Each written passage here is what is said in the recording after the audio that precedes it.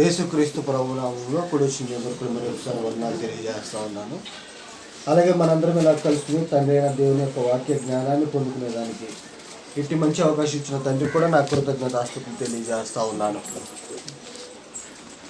ఇక్కడ మనం చదవబడిన వాక్యము ఆదికాండము 4వ అధ్యాయము 9వ వచనంలో ఏం రాయబడి ఉందంటే, యెహోవా అడుగుతూ ఉన్నాడు, తండ్రి అయిన దేవుడు కయ్యూనును అడుగుతూ ఉన్నటువంటి సందర్భం అన్నమాట ఈ మాట.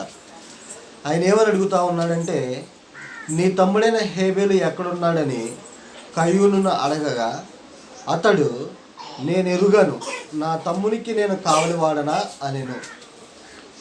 తండ్రి అయిన దేవుడు అడుగుతూ ఉన్నాడు కయ్యూనుని, నీ తమ్ముడు ఎక్కడున్నాడు అని. ఆయన ఏమని ఆన్సర్ చెప్తా ఉన్నాడు, నేను ఎరగను, నాకు తెలియదు ఎక్కడున్నాడు, నా తమ్ముడికి నేను ఏమన్నా కావలివాడనా అని అడుగుతూ ఉన్నాడు అనమాట. ఈ వచనాలను వచ్చి మనం నేర్చుకునే అంశం ఏంటంటే, ఈ రోజున నీ సహోదరుడికి నువ్వు కావలిగా ఉన్నావా, లేదా నీ సహోదరికి నువ్వు కావలిగా ఉన్నావు అనేటువంటి అంశాన్ని మనం పరిశీలన చేద్దాం. ఈ రోజున ఈ చదవబడిన వాక్యంలో సారాంశం మనందరికీ తెలుసును, చరిత్ర అంతా తెలుసు. కాబట్టి వీళ్ళిద్దరు ఎవరు? ఏమా కయ్యూను హేబేలు ఎవరు? వీళ్ళిద్దరు అన్నదమ్ములు, ఆదాము యొక్క పిల్లలు. అంటే తండ్రి అయిన దేవుడు ఆదాముని అవ్వని ఆ ఏదైనా తోట నుంచి పంపించి వేసిన తర్వాత వీళ్ళిద్దరూ పుట్టినట్లుగా మనం లేఖనాల్లో చూస్తూ ఉంటాము. 3వ వచనం నుంచి చదువుకున్నట్లయితే, మనం 4వ అధ్యాయం 3వ వచనం నుంచి చూసినట్లయితే, మొదటి నుంచి చదువుతున్నాను, 4వ అధ్యాయం మొదటి నుంచి. ఆదాము తన భార్య అయిన హవ్వను కూడినప్పుడు ఆమె గర్భవతి అయి కయ్యూనును కని, యెహోవా దయ వల్ల నేను ఒక మనుషుని సంపాదించుకున్నాను నేను. తర్వాత ఆమె అతని తమ్ముడకు హేబేలును కనెను. హేబేలు గొర్రెల కాపరి, కయ్యూను భూమిని సేద్యపరచువాడు. కొంతకాలమైన తర్వాత కయ్యూను పొలము పంటలో కొంత యెహోవాకు అర్పణగా తెచ్చాను.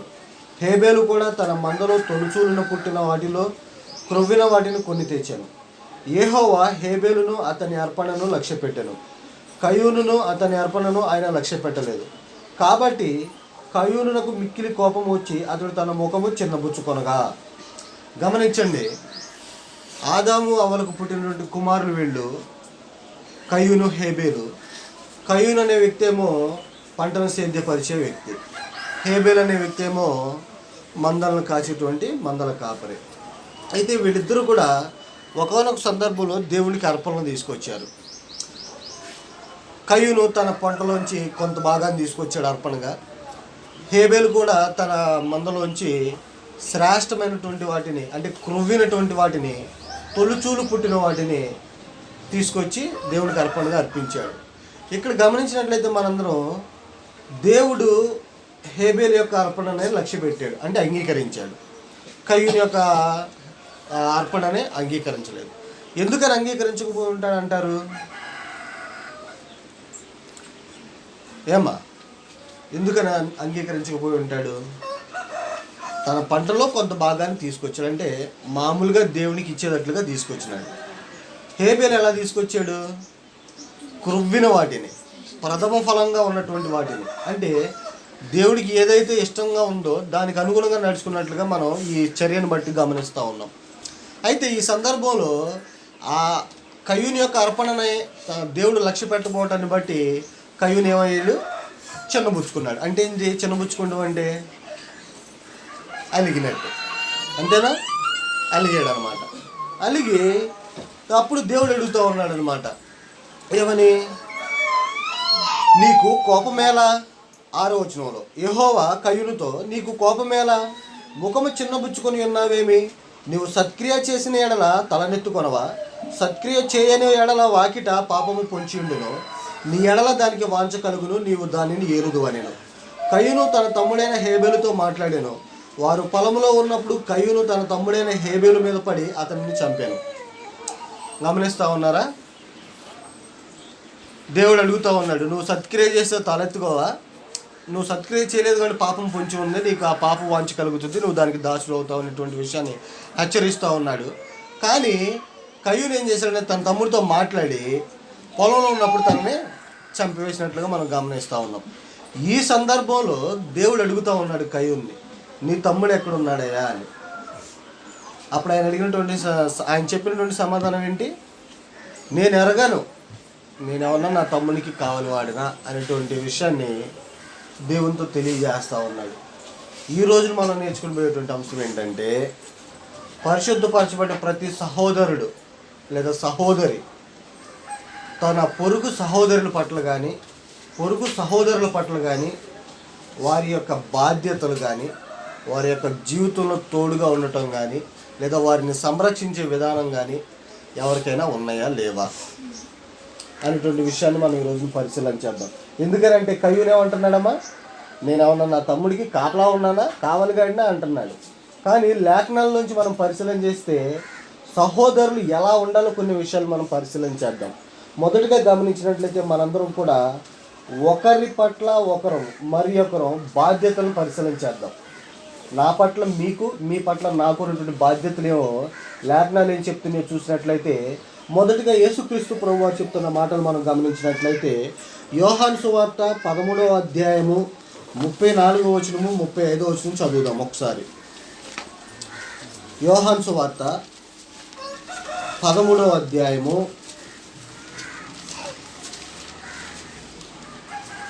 34వ వచనం 35వ వచనం చదువుతున్నాను. మీరు ఒకరినొకరు ప్రేమింపవలెనని మీకు క్రొత్త ఆజ్ఞ ఇచ్చుచున్నాను.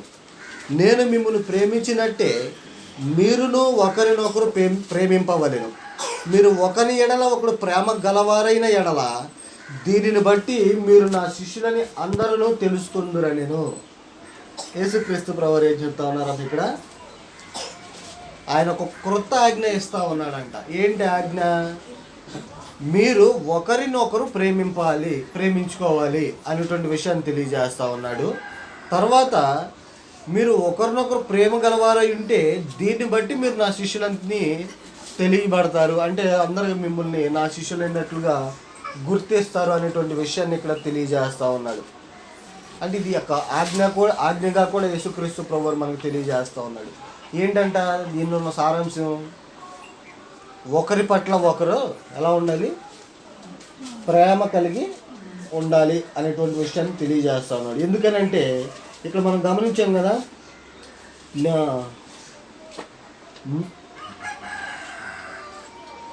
నేను మిమ్మల్ని ప్రేమించినట్టే మీరును ఒకరినొకరు ప్రేమింపాలి అనేటువంటి విషయాన్ని జ్ఞాపకం చేస్తూ ఉన్నాడు. కృతజ్ఞ ఇస్తూ శిష్యులకి కృతజ్ఞ ఇస్తే ఏమంటున్నాడు? నేను మిమ్మల్ని ప్రేమించినట్టే మీరు ఒకరినొకరు ప్రేమించండి అని అంటా ఉన్నారన్నమాట. సహోదరులకి సహోదరులందరికీ కదా ఈ ఆజ్ఞ, ఈ బాధ్యత చెప్పింది కూడా. సరే, ఇంకొక మాట మనం చూసినట్లయితే 15వ అధ్యాయము 12వ వచనం ఇక్కడే యోహాను సువార్త 15వ అధ్యాయము 12వ వచనం కూడా చూసినట్లయితే యేసుక్రీస్తు ప్రభువు అంటున్నారు, నేను మిమ్మల్ని ప్రేమించిన ప్రకారము మీరు ఒకరినొకరు ప్రేమించవలెననుటయే నా ఆజ్ఞ రూపంగా తెలియజేస్తా ఉన్నాడంట. ఏంటి? ఆయన మనల్ని ఎలాగూ ప్రేమించాడో మనము కూడా ఒకరినొకరు ఇతరులను అలాగే ప్రేమించాల్సిన వారమై ఉన్నామనేటువంటి విషయాన్ని ఇక్కడ జ్ఞాపకం చేస్తూ ఉన్నాడు.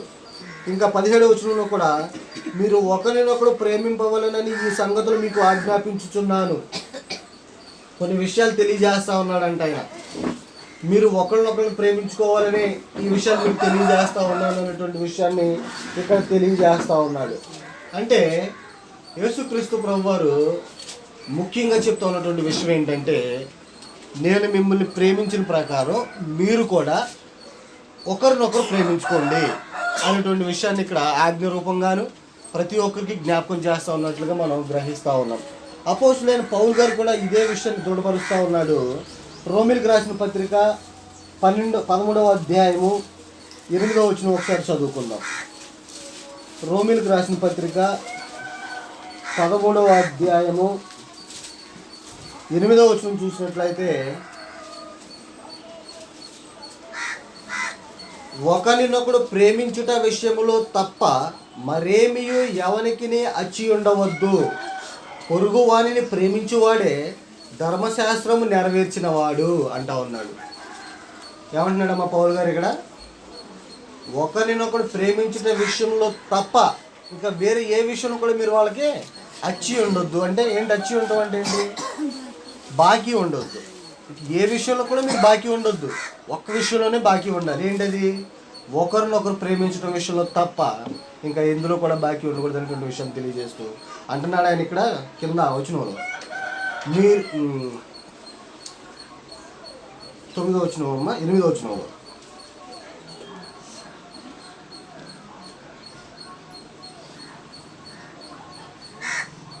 చూడండి కింద, పొరుగువాడిని ప్రేమించువాడే ధర్మశాస్త్రమును నెరవేర్చిన వాడు అంటున్నాడు. అంటే నీ పక్కన ఉన్నటువంటి సహోదరుని కానీ నీ పక్కన ఉన్నటువంటి సహోదరుని ప్రేమించిన వాడు ఏం చేసినట్లు అంటున్నాడు? ధర్మశాస్త్రాన్ని నెరవేర్చిన వాడు అంటున్నాడు. ధర్మశాస్త్రాన్ని నెరవేర్చిన వాడు అంటే ఏంటి? ధర్మశాస్త్రంలో ఉన్నటువంటి ఆజ్ఞలన్నింటినీ కూడా నెరవేర్చిన వాడు. యాకోబు పత్రికలో మనం గమనిస్తాం కదా, ఆజ్ఞలన్నీ చేసి ఒక్క ఆజ్ఞ విషయంలో తప్పిపోతే అపరాధం అవుతావు. అట్లాగే ఇక్కడ నీ పొరుగు వారిని నువ్వు ప్రేమిస్తే ధర్మశాస్త్రం మొత్తాన్ని కూడా నువ్వు చేసినట్లే అనేటువంటి విషయాన్ని తెలియజేస్తూ ఉన్నాడు పౌలు గారు, జ్ఞాపకం చేస్తూ ఉన్నాడు. అలాగే పౌలు గారు తెస్సలోనికీయులకు రాసిన మొదటి పత్రిక 4వ అధ్యాయం 9వ వచనంలో కూడా ఒక మాట తెలియజేస్తూ ఉన్నాడు. తెస్సలోనికీయులకు రాసిన మొదటి పత్రిక 4వ అధ్యాయము 9వ వచనంలో అంటా ఉన్నాడు తెస్సలోనికీయులతో, సహోదర ప్రేమను గూర్చి మీకు రాయనక్కర్లేదు, మీరు ఒకరినొకడు ప్రేమించుటకు దేవుని చేతనే నేర్పబడితిరి. అలాగుననే మాసిదోనియా అంతటా ఉన్న సహోదరులందరినీ మీరు ప్రేమించుచున్నారు.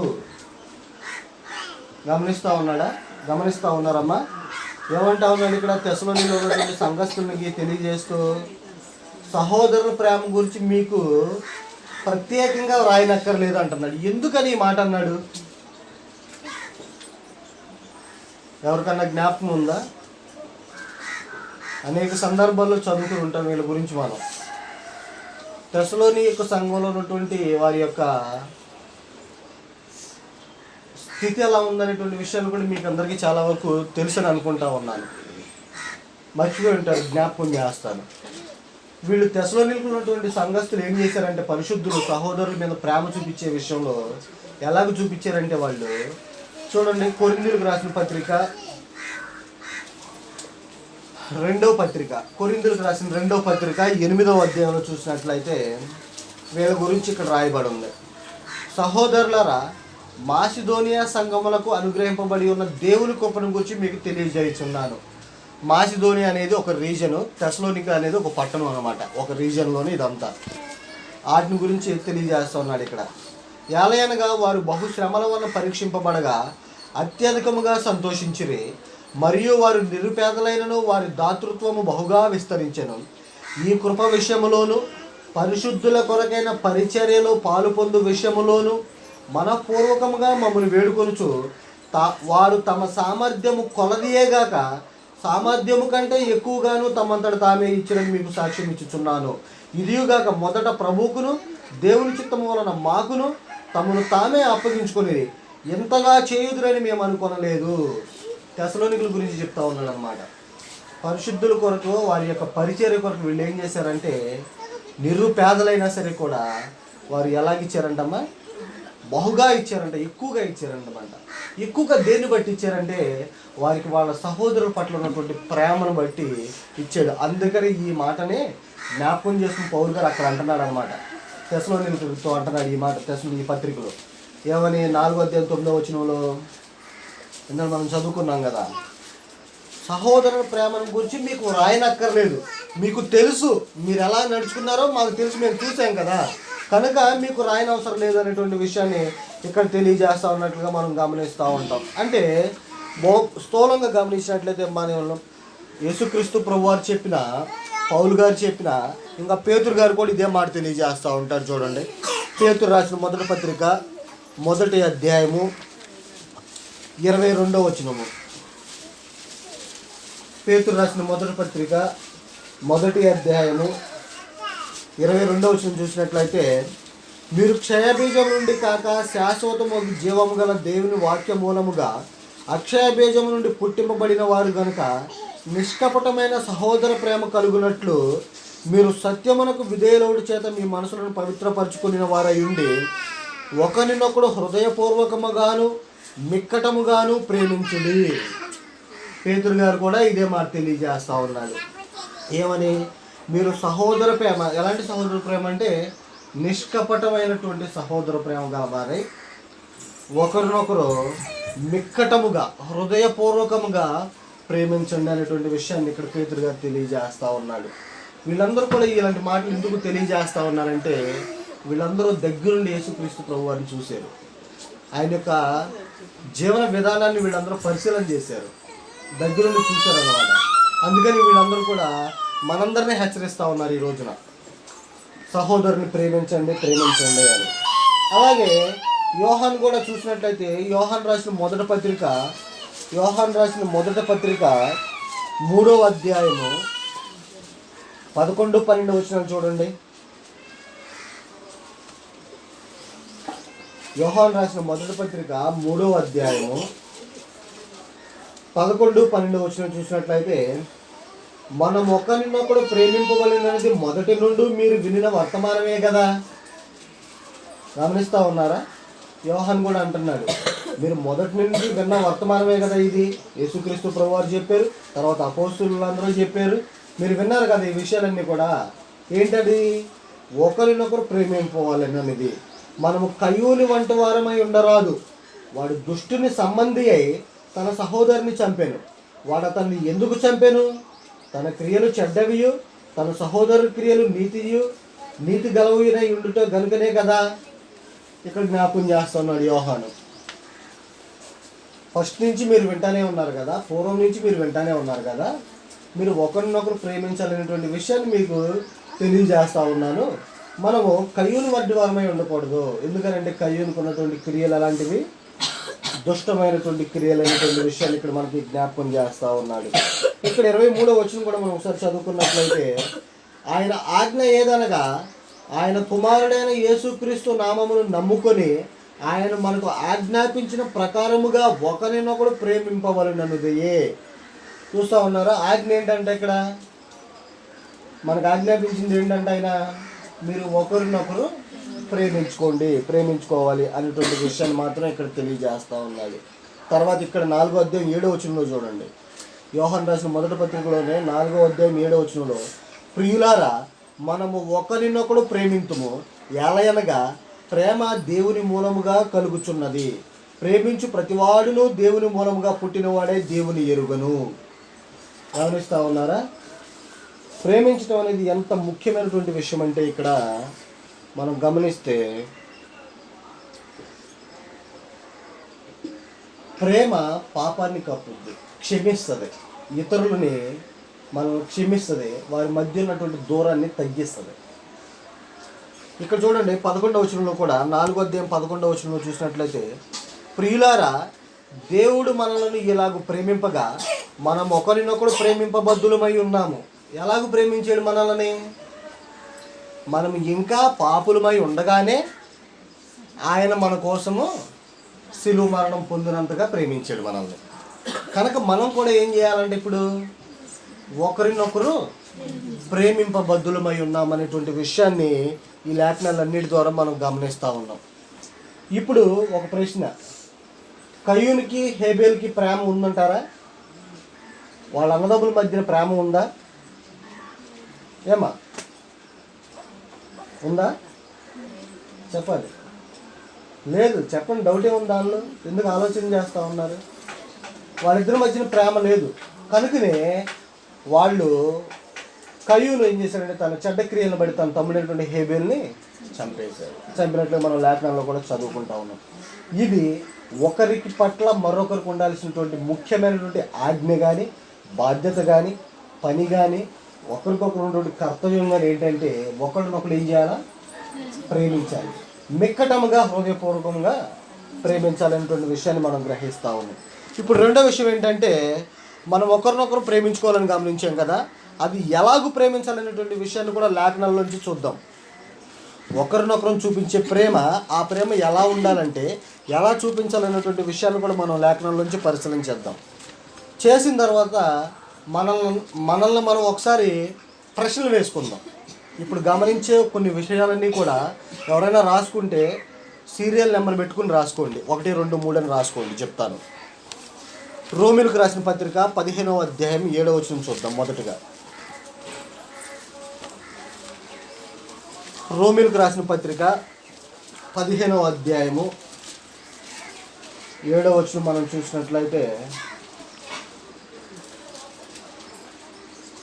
ఎలాగూ ప్రేమించాలో అనేటువంటి విషయాన్ని మనం గమనిస్తూ ఉన్నాం. ఇప్పుడు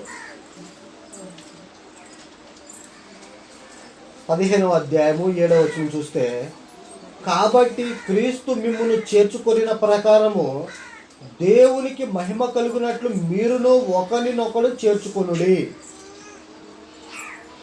గమనిస్తూ ఉన్నారమ్మా? మనం ఏ పాటి వారు మన దేవుడు మనల్ని చేర్చుకున్నాడు? మనము బహుధర్మ కార్యాలు చేసేసి, బహునీతి కార్యాలు చేసేసి, మనం నీతిగా న్యాయంగా బ్రతుకుతూ ఉన్నదాన్ని బట్టి ఆ దేవుడు మనల్ని చేర్చుకున్నది. మనము దుష్టత్వంలో పాపాల చేత చచ్చినటువంటి స్థితిలో దేవునికి దూరంగా ఉన్నటువంటి మన బ్రతుకుల్ని ఆయన ఏం చేశాడు? దగ్గరికి చేర్చుకున్నాడు, మనల్ని పిలుచుకున్నాడు. కేవలం దేన్ని బట్టి? మన ఎడల ఆయనకు ఉన్నటువంటి ప్రేమను బట్టి ఆయన చేర్చుకున్నాడు. కనుక ఇక్కడ కూడా మనల్ని ఏం చేయమంటున్నాడంటే, క్రీస్తు మిమ్మల్ని చేర్చుకున్న ప్రకారము దేవునికి మహిమ కలిగేటట్లుగా మీరు ఒకరినొకరు చేర్చుకోండి. ఎక్కడ చేర్చుకోవాలి?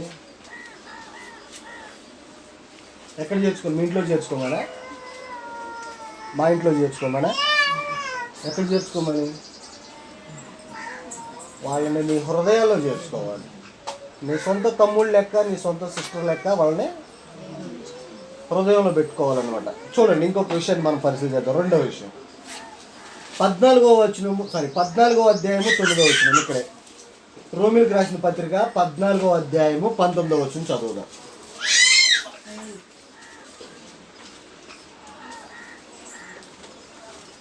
కాబట్టి సమాధానమును పరస్పర క్షేమాభివృద్ధిని కలుగుజేయ వాటినే ఆసక్తితో అనుసరింతుము.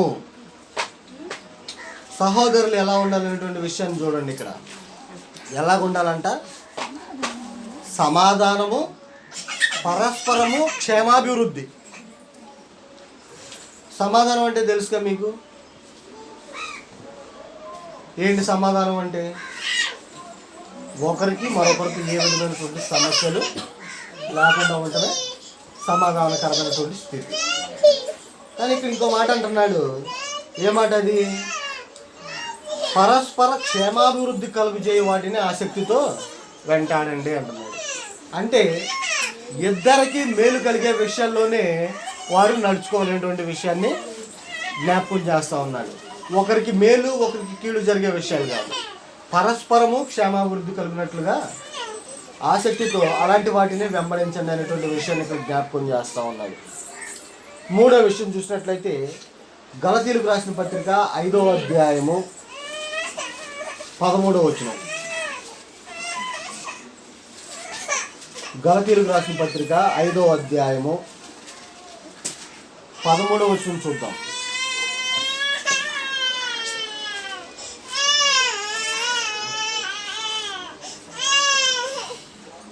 గలతీయులకు రాసిన పత్రిక 5వ అధ్యాయము 13వ వచనం చూడండి.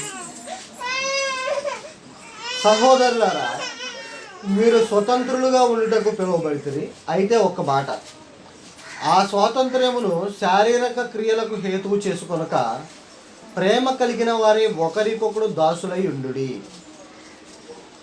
ధర్మశాస్త్రమంతయు నిన్ను వలె నీ పొరుగువాని ప్రేమించుము అని ఒక్క మాటలో సంపూర్ణమై ఉన్నది. జ్ఞాపకం చేస్తూ ఉన్నాడు ఇక్కడ పౌలు గారు కూడా. ఎలా ఉండాలంటే,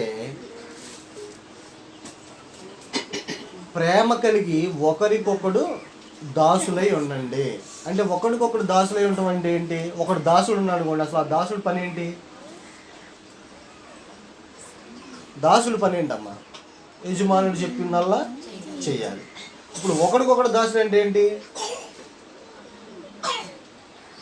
మీరేం చెప్పినా వీడు చేయాలి, వీడేం చెప్పినా మీరు చేయాలి, అంతే కదా. ఒకరికొకడు దాసుడు అంటే ఒకరి పని ఒకరు చేసుకోండి అనేటువంటి విషయాన్ని ఇక్కడ జ్ఞాపకం చేస్తూ ఉన్నాడు. అంతేగాని ఒకరిని డామినేట్ చేసి, అంటే ఒకరి మీద ఇంకొకరు ప్రయత్నం చేసేదానికి లేదు. అందుకని ఇక్కడ అంటున్నాడు అనమాట. ఏమని చెప్తా ఉన్నాడు? 13వ వచనంలో ధర్మశాస్త్రం అంతయు నిన్ను వలె నీ పొరుగువారిని ప్రేమించమని ఒక్క మాటలో సంపూర్ణమై ఉన్నది అంటున్నాడు. అంటే ధర్మశాస్త్రం అంతా కూడా ఒక్క మాటలో సంపూర్ణమై ఉందంట. ఏంటి? నిన్ను వలె నీ పొరుగువారిని ప్రేమించాలి. ఇప్పుడు నిన్ను వలె నీ పొరుగువారిని నువ్వు ప్రేమించకపోతే నువ్వు ఒకరికి దాసుడిగా ఉంటావా? మీరు నన్ను ప్రేమించట్లేదు అనుకోండి, నేను చెప్పిన పని మీరు చేస్తారా? మీరు మిమ్మల్ని నేను ప్రేమించకపోతే మీరు చెప్పిన పని నేను చేస్తానా? చేయను. మరి అక్కడ దాసులుగా ఉండండి అన్న మాట ఎలా నెరవేరుతుంది? నెరవేరదు. కాబట్టి మనం ఏం చేయాలంటే ఇక్కడ మనకు ఒక హెచ్చరిక ఏంటంటే ఒకరినొకడు ప్రేమ కలిగి దాసులై ఉండాలి, ఒకరికొకరు దాసులుగా ఉండాలన్నమాట. ఇంకొక విషయం పరిశీలన చేద్దాం. గలతీయులకు రాసిన పత్రికలోనే 6వ అధ్యాయము 1-2 వచనం చదువుదాం.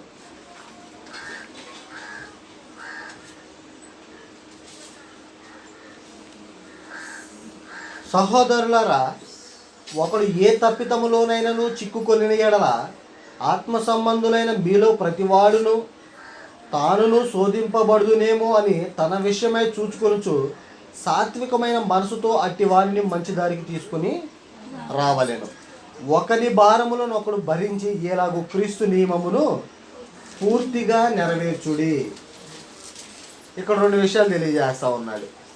ఏ సహోదరుడైనా ఒకవేళ తప్పిపోతే ఇంకో సహోదరుడు ఏమైనా ఆలోచన చేయాలంట, నేను కూడా అలాంటి శోధనలోనే తప్పిపోతారేమో, అక్కడే పడిపోతారేమో నేను కూడా అని వాడి విషయమే వాడు చూసుకుంటా ఆ పడిపోయినటువంటి వ్యక్తిని ఏం చేయాలంటే సాత్వికముతో ఏం చేయమంటున్నాడు?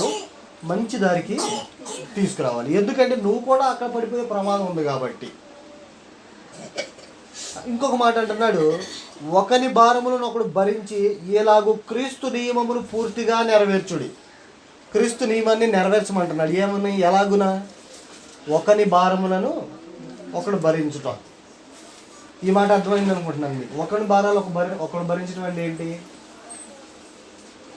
తెలుసుగా? వివరించి చెప్పమంటారా? మీకేమైనా సమస్యలు ఉంటే నేను తీర్చాలి, నాకేమైనా సమస్యలు ఉంటే మీరు తీర్చాలి, అంతే కదా. భారం భరించడం అంటే ఏదైనా అవనివ్వండి, ఫైనాన్షియల్ మ్యాటర్ అయినా, డబ్బుకు సంబంధించిందైనా అవనివ్వండి, ఏదైనా కుటుంబపరమైన అవనివ్వండి, ఏదైనా సరే ఏం చేయాలంటే ఒకరి సమస్యలు ఒకరు భరించాలి, భారాలు మొయ్యాలి. నా పని కాదుగా, నా ఇంట్లో కష్టం కాదుగా అని నేను ఆలోచన చేయకూడదు. ఇవన్నీ కూడా క్రైస్తవులైనటువంటి సహోదరులకు తెలియజేస్తూ ఉన్నాడు. ఇట్లా నడుచుకోవాలి, మనం ఖచ్చితంగా నడుచుకోవాలి. ఇంకొక విషయాన్ని మనం పరిశీలన చేసినట్లయితే ఎఫెసీయులకు రాసిన పత్రిక 4వ అధ్యాయము 32వ వచనం చూద్దాం.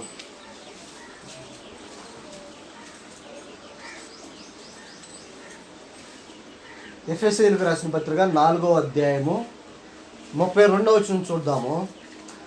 ఒకని ఎడల ఒకడు దయగలిగి కరుణా హృదయులై క్రీస్తునందు దేవుడు మిమ్మును క్షమించిన ప్రకారము మీరును ఒకరినొకరు క్షమించుడి.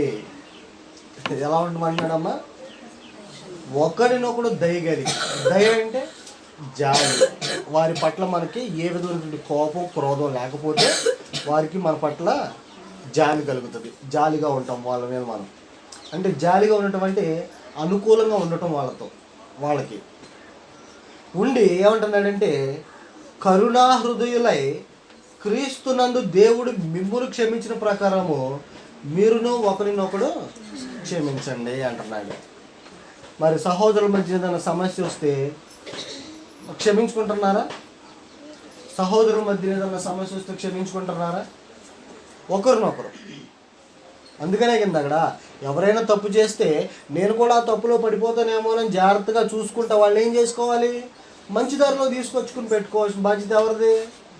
మనదే. ఎందుకనంటే క్రీస్తు మనల్ని క్షమించాడు కదమ్మా, కనుక మనం కూడా ఇతరులను క్షమించి బద్దులమై ఉన్నాం. అంటే అది మనకు బాధ్యత. మనం క్షమించబడిన వారమే కదా. గత వారం అనుకుంటా మీకు వాక్యపటంలో చెప్పాడు అన్నయ్య, ఒక అధికారికి ఒక వ్యక్తి అంత ఇవ్వాలి, 10,000 తలాంతులు ఇవ్వాలి. ఇది మీకు చెప్పారుగా, ఈ పాఠం వచ్చిందిగా మీకు. 10,000 తలాంతులు ఇవ్వాల్సి వచ్చినటువంటి వ్యక్తి ఏమన్నాడు? అయ్యా నా దగ్గర ఏమి లేవు, నేనేం చెల్లించలేను అన్నాడు. 10,000 అంటే దాదాపుగా 36 కోట్ల రూపాయలు ఇవ్వాలి. అది కూడా చెప్పుంటాడుగా, ఆ వాల్యూ కూడా చెప్పుంటాడా? 36 కోట్లు అనుకుందాం, 36,000 కోట్లు అనుకుందాం, 10,000 తలాంతులు, తలాంతు వచ్చి 3,600 రూపాయలు. ఆ 10,000 ఇచ్చినటువంటి వ్యక్తికి ఇంకొకరు 100 తలాంతులు ఇవ్వాలంట. 100 తలాంతులు కూడా కాదు, 50 పైసలు 50 రూపాయలు ఉంది అది, దాని వాల్యూ ఇండియన్ వాల్యూలో మేము క్యాలిక్యులేట్ చేసాము. ఆ 50 రూపాయలు ఇవ్వాల్సినటువంటి వ్యక్తి నా దగ్గర ఇప్పుడు లేవు, నేను ఇవ్వలేనంటే ఏమన్నాడు ఈ వ్యక్తి? వీడు తీసుకెళ్ళి అప్పు కట్టే వరకు జైల్లో పెట్టచ్చు అన్నాడు. వీడేమో పెద్ద అప్పును క్షమించబడేటట్లుగా చేసుకున్నాడు బతిమలాడుకుని. వీడికి ఒకడు చిన్న అప్పు ఇవ్వాలి, దాన్ని వీడేం చేయలేకపోయాడు, క్షమించలేకపోయాడు.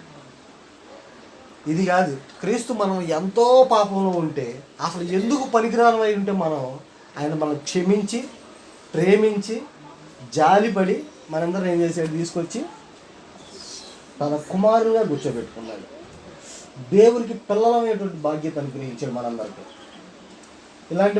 ఇలాంటి మనం మరి ఏం చేయాలి, ఒకరినొకరు క్షమించుకోవాల్సిన వారమై ఉన్నాం, ఖచ్చితంగా ఉన్నాము.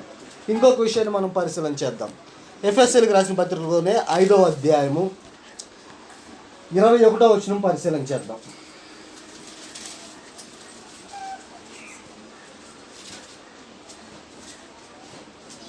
క్రీస్తునందలి భయముతో ఒకరినొకడు లోబడి ఉండుడి. మరి క్రీస్తునందు భయం ఉందా మనందరికీ? ఆ భయం ఉంటే మనందరూ ఎలా ఉండమంటున్నాడు ఇక్కడ? ఒకరికొకరు లోబడి ఉండాలి.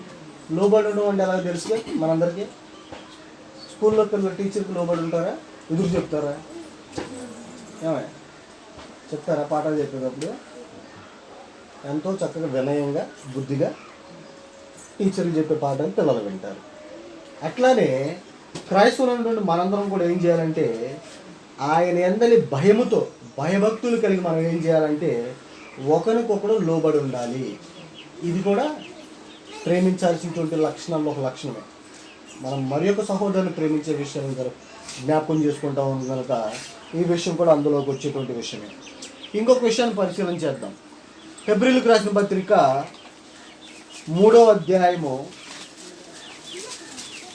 హెబ్రీయులకు రాసిన పత్రిక 3వ అధ్యాయము 12-13 వచనం చదువుకుందాం.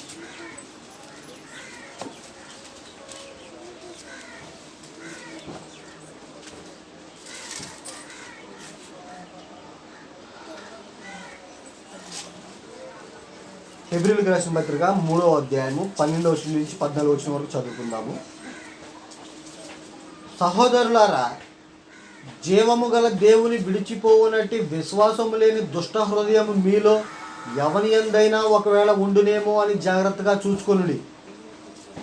నేడు మీరు ఆయన శబ్దం వినని ఎడల కోపము పుట్టించినప్పటి వలె మీ హృదయములను కఠినపరుచుకొనకూడని ఆయన చెప్పాను గనుక పాపముల వలన కలుగు భ్రమచేత మీలో ఎవడనూ కఠినపరచబడుకుంటున్నట్లు నేడు అనబడి సమయం ఉండగానే ప్రతిదినము ఒకరినొకడు బుద్ధి చెప్పుకొనిడి. ఎలయనగా మొదటి నుండి మనకున్న దృఢ విశ్వాసము అంత మట్టుకు గట్టిగా చేపట్టిన ఎడల క్రీస్తులో పాలివారమై ఉందుము. మనము దేవుణ్ణి విడిచిపోయేట్టుగా విశ్వాసం నుంచి తొలగిపోతే అలా తొలగిపోకుండా ఉండేదానికి ఏం చేయమంటున్నాడంటే ఈయన మన పూర్వపు స్థితిని విడిచిపెట్టేసి మనందరిని ఏం చేయమంటున్నాడంటే ఒకరినొకడు బుద్ధి చెప్పుకోండి, హెచ్చరించుకోండి అనేటువంటి విషయాన్ని ఇక్కడ జ్ఞాపకం చేస్తూ ఉన్నాడు. ఆ సందర్భంలో మనం కూడా తొట్టిల్లిపోతూ ఉంటాం. తొట్టిల్లిపోయినప్పుడు ఏం చేయాలి? ఇంకో సహోదరుడిని నీకు అమ్మ నువ్వు ఇలా చేసావు, లేకపోతే తమ్ముడు నువ్వు ఇలా చేసావు, ఇట్లా వాక్యం చెప్పట్లేదు కదా అని చెప్పి ఒకరికొకరు ఏం చెప్పుకోవాలి? బుద్ధి చెప్పుకోవాలి, ఒకరికొకరు చెప్పుకోవాలన్నమాట. ఈ విషయం కూడా మనకి ప్రేమింపబద్ధమైనటువంటి వాటిల్లో కూడా ఉందనేటువంటి విషయాన్ని గ్రహిస్తూ ఉన్నాం. ఇంకొకటి 10వ అధ్యాయంలోని ఇక్కడ 24-25 వచనం చూద్దాం.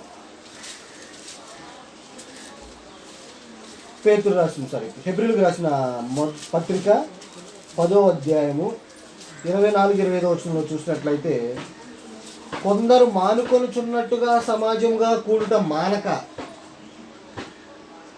ఒకరినొకడు హెచ్చరించుచు ఆ దినము సమీపించుట మీరు చూచిన కొలది మరి ఎక్కువగా అలాగు చేయొచ్చు ప్రేమ చూపుటకును సత్కార్యములు చేయుటకును ఒకరినొకడు పురుకొల్పవలని ఆలోచింతుము అంటూ ఉన్నాడు. గమనిస్తూ ఉన్నారా? ఏం చేయమంటా ఉన్నాడమ్మా? కొందరు మానుకుంటా ఉన్నారనమాట. సమాజంగా కూడటం అనేది మానుతూ ఉన్నారు, అంటే ఆరాధనకు సరిగ్గా అటెండ్ అవ్వట్లేదు వాళ్ళు. అట్లా ఉండకుండా మనల్ని ఏం చేయమంటా ఉన్నాడంటే, ఒకరినొకరు హెచ్చరించుచు ఆ దినము సమీపించుట మీరు చూచిన కొలది, అంటే ప్రభు దినం ఆదివారం, మళ్ళీ వచ్చే ఆదివారం వస్తుందని మనకు తెలుసును కనుక మనందరం ఏం చేయాలంటే ప్రేమ చూపించేదానికి, సత్కార్యాలు చేసేదానికి ఒకరినొకరు ఏం చేయాలి? పురుకొల్పుకోవాలి, అంటే ప్రేరేపించబడాలి. అంటే నా చేత మీకు తెలియజేయబడాలి, మీ చేత నాకు తెలియజేయబడాలి. ఇట్లా చేయాల్సిన వారమై ఉన్నటువంటి విషయాన్ని కూడా గ్రహిస్తూ ఉన్నాం. ఇంకొక మాట గమనిద్దాం. పేతురు రాసిన మొదటి పత్రిక 4వ అధ్యాయము 8, 9, 10 వచనాలు చదువుదాం. పేతురు రాసిన మొదటి పత్రిక 4వ అధ్యాయము 8, 9, 10 వచనాలు చూసినట్లయితే, ప్రేమ అనేక పాపములను కప్పును గనుక అన్నిటికంటే ముఖ్యముగా ఒకని ఎడల ఒకడు మిక్కటమైన ప్రేమ గలవారయ్యుండుడి. సనుగుకొనకుండా ఒకనికి ఒకడు ఆతిథ్యము చేయుడి. దేవుని నానా విధమైన కృప విషయమై మంచి గృహ నిర్వాహకులయ్యుండి ఒక్కొక్కడు కృపావరము పొందిన కొలది ఒకరికొకడు ఉపచారము చేయుడి. ఈ 3 మాటల్లో 3 విషయాలు ఉన్నాయి. ప్రేమ ఏం చేస్తుందంటే అనేక పాపాలని కప్పు, అంటే క్షమించేటట్లుగా చేస్తుంది. కనుక మనం ఏం చేయమంటున్నాడు? అన్నిటికంటే ముఖ్యంగా ఒకరినొకడు మిక్కటముగా ప్రేమించమంటున్నాడు. మిక్కటము అంటే ఎక్కువగా ప్రేమించాలి. ఎక్కువగా ఎవరు ప్రేమిస్తాం మనం? ఒక్కొక్కరికి ఒక్కొక్క వ్యక్తి ఎక్కువగా ఉంటారు. ఎవరు వ్యక్తి ఎక్కువగా ఉంటారు? నాకు మా మేనమామ అంటే బాగా ఎక్కువ ఇష్టం, బాగా ప్రేమ అనమాట. అట్లా ఒక్కొక్కరికి ఒక్కొక్క వ్యక్తి ఉంటాడు కదా. మీకు ఎవరో ఒకరు ఉంటారు, తనకి ఎవరో ఒకరు ఉంటారు, నాకు ఒక వ్యక్తి ఉంటాడు. అట్లాగూ ఆ స్పెషల్ పర్సన్ మీద చూపించే ప్రేమ ఎట్లా ఉంటుందో అట్లా ఒకరి మీద ఒకరికి అందరికీ ఉండాలనేటువంటి విషయాన్ని జ్ఞాపకం చేస్తా ఉన్నాడు ఇక్కడ. ఇంకొక విషయం తర్వాత, ఒకరికి సనుగుకోకుండా ఒకరికి ఒకడు ఆతిథ్యం చేయాలి. సనుగుకోకుండా ఒకరికొకరిని ఆతిథ్యం చేసుకోమంటా ఉన్నాడు. ఆతిథ్యం చేసుకోవడం అంటే తెలుసు కదా, గౌరవించబడటం, లేదా వారి యొక్క పనుల్లో మనం పాల్గొంపులు పొంది వారికి సహాయంగా ఉండటం అనేటువంటి విషయాన్ని గమనిస్తూ ఉన్నాం. ఇంకొక విషయం కూడా ఇక్కడ తెలియజేస్తూ ఉన్నాడు. ఇంకో మాట ఏంటి? ఒక్కొక్కరు కృపావరం పొందిన కొలది ఒకరికొకరు ఉపచారం చేయండి, ఒకరికొకరు సర్వీస్ చేసుకోవాలి. గమనిస్తూ ఉన్నారా? ఇప్పుడు 9 విషయాలు తెలియజేశాను మీకు.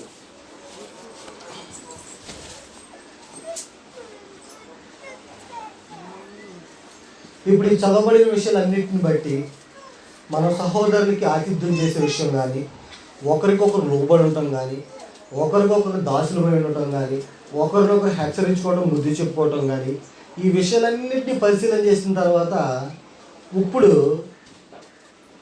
మనం మన సహోదరులకు కాపలా ఉన్నామా? కాపలి వారమై ఉన్నామా? కావలిగానే ఉన్నామా? అసలు ఉండాల్సిందేనా? ఈ మాట అర్థం వచ్చిందా అందరికీ? ఏమా కయ్యూన్లాగా నేనేమన్నా నా తమ్ముడికి కావాలి వాడినా? నేను ఎవరు నాకు తెలియదు, ఆయన ఎవరు అని అన్నాడా? అట్లా అన్నాడు కాబట్టి అతను మనం ఈ విషయాన్ని పరిశీలన చేశాం. ఇప్పుడు మనం చదివిన విషయాలన్నింటిని బట్టి నేను నా సహోదరుడికి, మీరు మీ సహోదరికి బాధ్యత తీసుకోవాల్సిన వ్యక్తులై ఉన్నారా? ఖచ్చితంగా ఉన్నారు. అయితే ఇప్పుడు మనం వేసుకోవాల్సిన ప్రశ్నలు ఏంటంటే, ఇప్పుడు వరకు మనం చదివిన లేఖనాలన్నింటిని బట్టి మనం సరిగ్గానే ఉంటున్నామా లేదనేటువంటి విషయాన్ని క్వశ్చన్ చేసుకుందాం. ఎవరికి వాళ్ళు ప్రశ్న వేసుకుందాం, నన్ను కూడా వేసుకుందాం ప్రశ్న. ఇక్కడ నేనేం అతీతుని కాదు, ఇక్కడ నిలబడి మీకు చెప్తున్నా నేనేమి అతిథి కాదు. ప్రతి ఒక్కరూ ఒక్కొక్క ప్రశ్న వేసుకున్నాం. 9 విషయాలు తెలియజేశాను మీకు. వాటిలో మనం గమనించినట్లయితే ఒక్కొక్క విషయాన్ని జ్ఞాపకం చేసుకుందాం. మళ్ళీ ఒకసారి చేసుకుని అసలు అలాంటి పరిస్థితి మన దగ్గర ఉందో లేదో చూద్దాం. లేఖనాల్లో చూడండి, మొదటి విషయం ఏం చేస్తున్నారు ఇక్కడ? రోమిలకు రాసిన పత్రిక 15వ అధ్యాయం 7వ వచనం చదవండి. ఎవరైనా గట్టిగా తీస్తే రోమిలకు రాసిన పత్రిక 15వ అధ్యాయము 7వ వచనం చూసినట్లయితే ఏమంటున్నాడు ఇక్కడ? కాబట్టి క్రీస్తు మిమ్మల్ని చేర్చుకున్న ప్రకారము దేవునికి మహిమ కలిగినట్లు మీరును ఒకరినొకరు చేర్చుకోండి. ఇప్పుడు మనం వేసుకోవాల్సిన ప్రశ్న ఏంటంటే, దేవుని కుటుంబంలోకి వచ్చినటువంటి సహోదరుని నువ్వు చేర్చుకున్నావా? యాక్సెప్ట్ చేసావా? వారితో మాట్లాడుతున్నావా? వారి పేర్లు తెలుసా నీకు? మీరందరూ ఒక ఊరులే కాబట్టి మీకు బహుశా అందరి పేర్లు అందరూ తెలుసా నేను అనుకుంటా ఉన్నా. నేను పొరుగురుని కదా, మాది ఊరు కాదు కదా. కనుక ఇక్కడ మీలో ఉన్న అందరి పేరు నాకు తెలుసా? నా పేరు తెలుసు కొన్ని మీ అందరికీ. ఎందుకు తెలుసు? పద్దానికి నేను వస్తున్నాను కాబట్టి, మీతో మాట్లాడుతున్నాను కాబట్టి నా పేరు మీకు తెలుసు. ఇక్కడ కూర్చున్న చాలామంది సహోదరుల పేర్లు నాకు తెలియదు. అంటే మరి నాలో ఈ ప్రేమ ఉన్నట్టేనా? ఉందంటారా? ఖచ్చితంగా లేదు.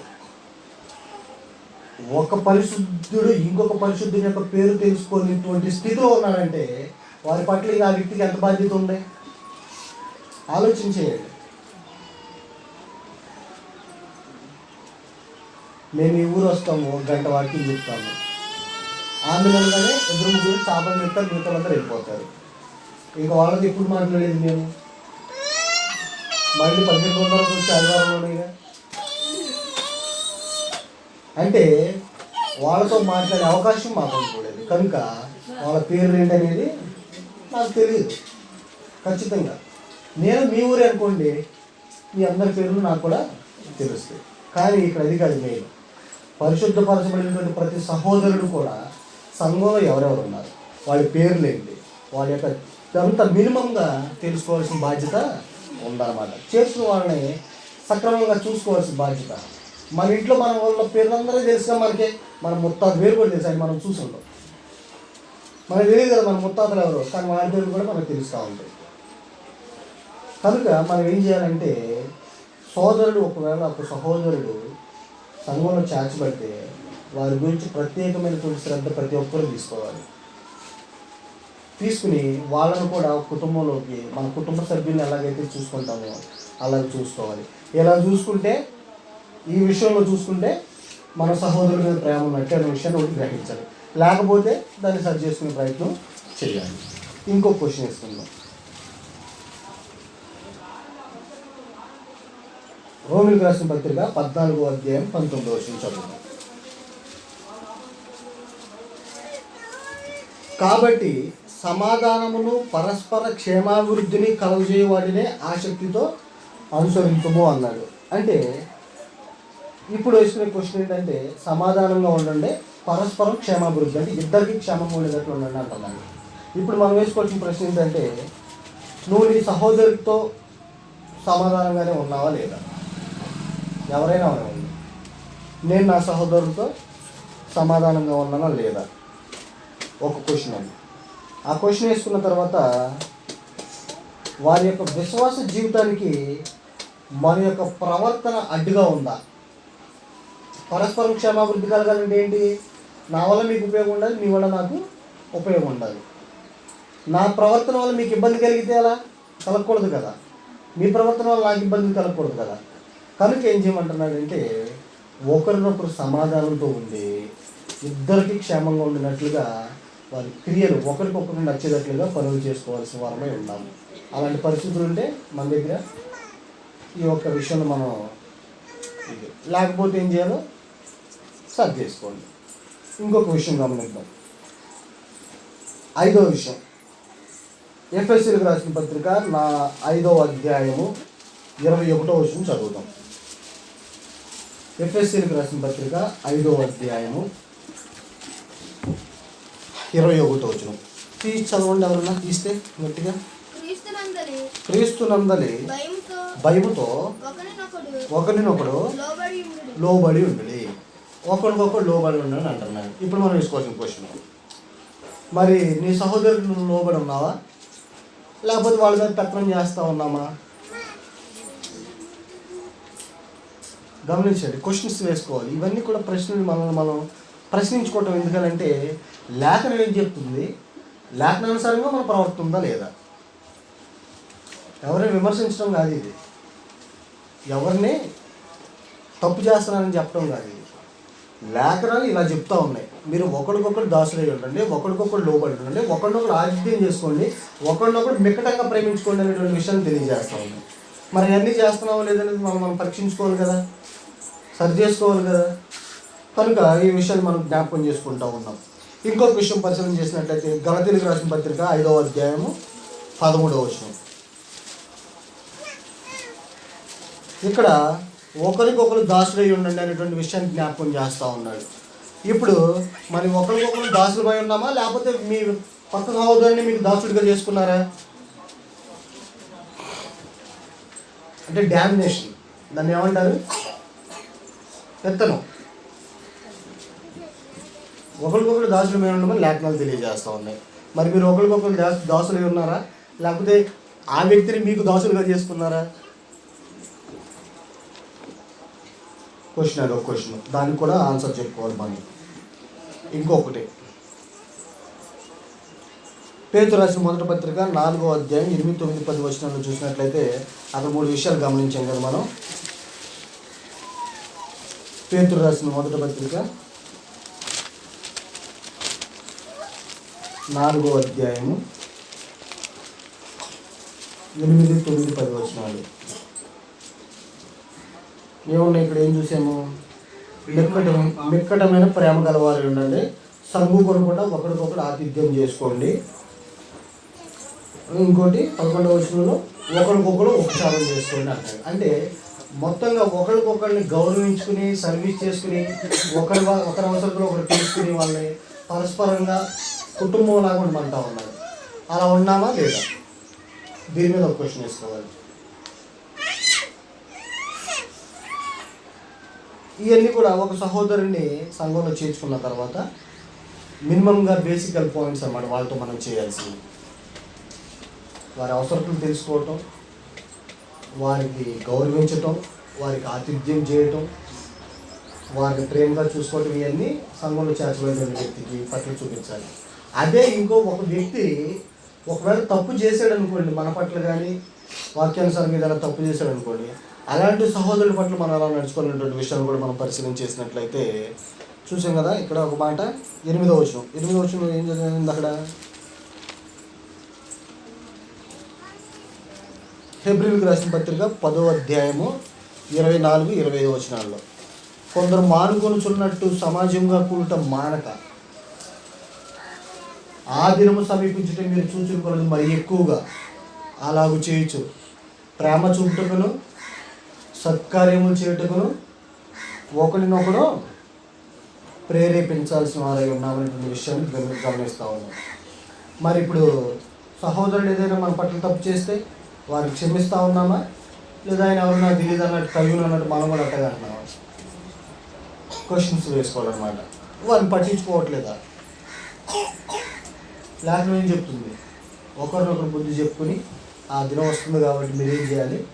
ప్రేమ చూపించి మంచి పనులు చేయాలి అనేటువంటి విషయాన్ని తెలియజేస్తూ ఉంది. ఆ విధంగా నడుచుకుంటున్నామా లేదా అనేటువంటి విషయాన్ని మనం గమనించాలి.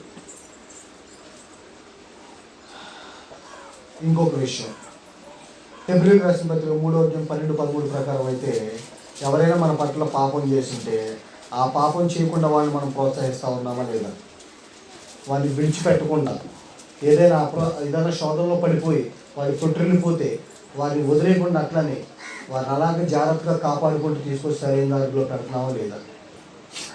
క్వశ్చన్ వేసుకోవాలి. ఎందుకంటే మనం కూడా అలాంటి స్థితిలో ఉన్నటువంటి వ్యక్తిని మనం తీసుకురాకపోతే రేపొద్దున ఎప్పుడైనా మనం అలాంటి ప్రమాదంలో పడిపోతే మనం తీసుకొచ్చేవాళ్ళు ఉన్నాం. జ్ఞాపకం చేసుకోండి జాగ్రత్తగా. కనుక ఇలాంటి క్వశ్చన్లన్నీ కూడా మనం చదివిన 9 వచనాల్లోంచి, 9 లేఖనాల్లోంచి ఎవరికి వాళ్ళు ఇండివిజువల్గా క్వశ్చన్స్ వేసుకోవాలి జీవితాల మీద. ఎందుకనంటే కయ్యూను ఏమన్నాడు? నా సహోదరుడికి నేను కావలి వాడినా ఏంటి నాకేం తెలుసు అన్నాడు. కానీ ఇక్కడ మనం మన సహోదరులకి కావలి వాళ్ళమే. ఎందుకంటే వాళ్ళ యొక్క బాధ్యత మన మీద పెట్టాడు దేవుడు. ప్రతి విషయంలోనూ ఇతరులతో మన యొక్క జీవితాన్ని అనుసంధానం చేశాడు దేవుడు. ఏది ఒక్కటిగా నువ్వు ఒక్కడవే ఆతిథ్యం చేసుకోవాలా, నువ్వు ఒక్కడవే దాసుడిగా ఉండాలా, ఒకరినొకరు అన్నాడు. అంటే ప్రతి ఒక్కరు ఒకరితో ఇంకొకరికి అలాంటి లింక్ పెట్టాడు దేవుడు ఇక్కడ. కనుక ప్రతి ఒక్కరు కూడా ఆలోచన చేయాల్సిన విషయం ఏంటంటే, ముఖ్యంగా దేవుడు మనల్ని ఏ విధంగా ప్రేమించాడో మన తోటి సహోదరుని కూడా మనం అలాగే ప్రేమించాలి, ప్రేమించబద్ధులమై ఉన్నాం. ఎలాగో ప్రేమించాలంటే హృదయపూర్వకముగా మిక్కటముగా ప్రేమించబద్ధులమై ఉన్నాం. తర్వాత ప్రతి సహోదరుడు ప్రతి సహోదరి ఒకరిని ఒకరు తమకంటే ఘనంగా ఎంచుకోవాలి. లేఖనం తెలియజేస్తూ ఉన్నది, నాకంటే మీరు గొప్పవాళ్ళని నేను అనాలి, మీకంటే గొప్పవాళ్ళని నేను అనాలి. ఏ విషయంలో అంటే ఆత్మ సంబంధమైనటువంటి విషయాలు, ప్రతి విషయాల్లో కూడా అట్లే మాట్లాడుకోవాలి ఖచ్చితంగా. అలా ఒకరినొకరు గణపరుచుకుని ఒకరికొకరు దాసులుగా ఉంటూ ఒకరికొకరు ఆతిథ్యం చేసుకుంటూ ఒకరి చేత ఒకరు అలా కలిసిమెలిసి ఉంటే ఎంత బాగుంటుందమ్మా అది ఆ స్థితి. అందుకే కీర్తన 133వ కీర్తన చదవండి ఒకసారి. 133వ కీర్తన చదివి ముగించేసుకుందాం మనం. 133వ కీర్తన. సహోదరులు ఐక్యత కలిగి ఉండుట ఎంత మేలు, ఎంత మనోహరము. అది తల మీద పోయబడి అహరోను గడ్డము మీదగా కారి అతని అంగీల అంచు వరకు దిగజారిన పరిమళ తైలము వలె నుండును. సియోను కొండల మీద దిగువచ్చు హెర్మోను మంచు వలె ఉండును. ఆశీర్వాదమును శాశ్వత జీవమును అచ్చట నుండవలనని యెహోవా సెలవిచ్చి ఉన్నాడు. ఎక్కడుండాలంట? సహోదరుల ఐక్యతగా ఉన్న చోట ఏముండాలంటున్నాడు ఇక్కడ ఈయన? ఆశీర్వాదమును శాశ్వత జీవము ఉండాలి అనేటువంటి విషయం తెలియజేస్తా ఉన్నాడు. కనుక మనలో స్థానిక సహోదరుల మధ్య ఉన్నటువంటి ఐక్యత ఎలా ఉంటుందో ఇక్కడ వర్ణించాడు అన్నమాట. ఆయన యొక్క శాశ్వతమైన జీవము సహోదరుల ఐక్యత మధ్య ఉంటుందనే విషయాన్ని గ్రహించాలి. కనుక మనందరం ఏం చేయాలంటే ఒకరినొకరు మిక్కటంగా ప్రేమించుకోవాలి. ఒకవేళ అలాంటి పరిస్థితులు మన దగ్గర లేకపోతే ఏం చేయాలంటే లేఖనంలోకి వెళ్ళి చూసుకుని మన జీవితాన్ని మనం సరి చేసుకుని ఆత్మ సంబంధంగా బలపడాలని మొదటగా నన్ను నేను హెచ్చరించుకుంటా ఉన్నాను, మిమ్మల్ని కూడా హెచ్చరిస్తూ ఉన్నాను. శ్రద్ధగా ఉన్న మీ అందరికీ కూడా వందనాలు తెలియజేసి కొద్దిగా ముగిస్తూ ఉన్నాను.